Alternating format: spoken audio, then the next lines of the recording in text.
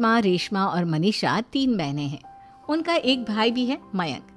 मयंक अपनी बहनों को बहुत प्यार करता है, लेकिन मयंक की पत्नी सविता इस मामले में मयंक से बिल्कुल ही अलग है। वो अपनी ननदों का जितना बुरा कर सकती है उतना बुरा करती ही रहती है और अपनी ननदों पर हुक्म भी चलाती है। करिश्मा, करिश्मा, तुमने अभी तक नाश्ता नहीं बनाया? तुम्हारे भैया को ऑफिस जाने में देर हो रही है। हाँ भाभी, बस अभी बनाती हूँ। करिश्मा, तुम ये ढीलापन छोड़ दो। कल को पराए घर जाना है। वहाँ अगर तुम इस तरह से काम करोगी तो लोग क्या कहेंगे कि माँ ने और भाभी ने कुछ सिखाया नहीं। और तुम्हारी दोनों बहनें कहाँ हैं? अब रेशमा मार्केट गई है और मनीषा सो रही है। क्या? सुबह के 8 बज रहे हैं और ये महारानी अभी भी सो रही है? ये कहते हुए सविता अपनी सास दुर्गा देवी के पास जाती है। माँ जी, देख रही हो अपनी बेटियों के तौर तरीके?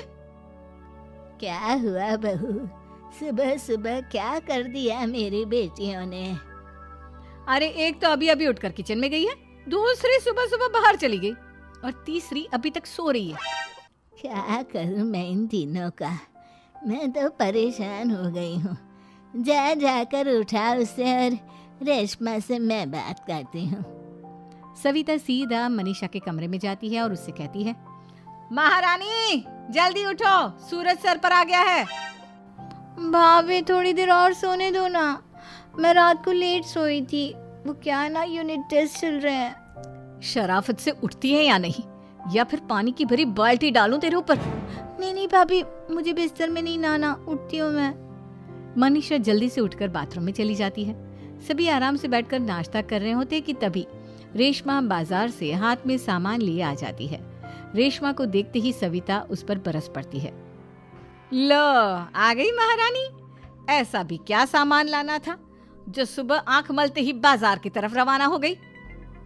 भाभी, कल आप ही तो चीख रही थी कि घर का सारा सामान मुझे ही लाना पड़ता है, घर में किसी को भी किसी काम से कोई लेना देना नहीं है।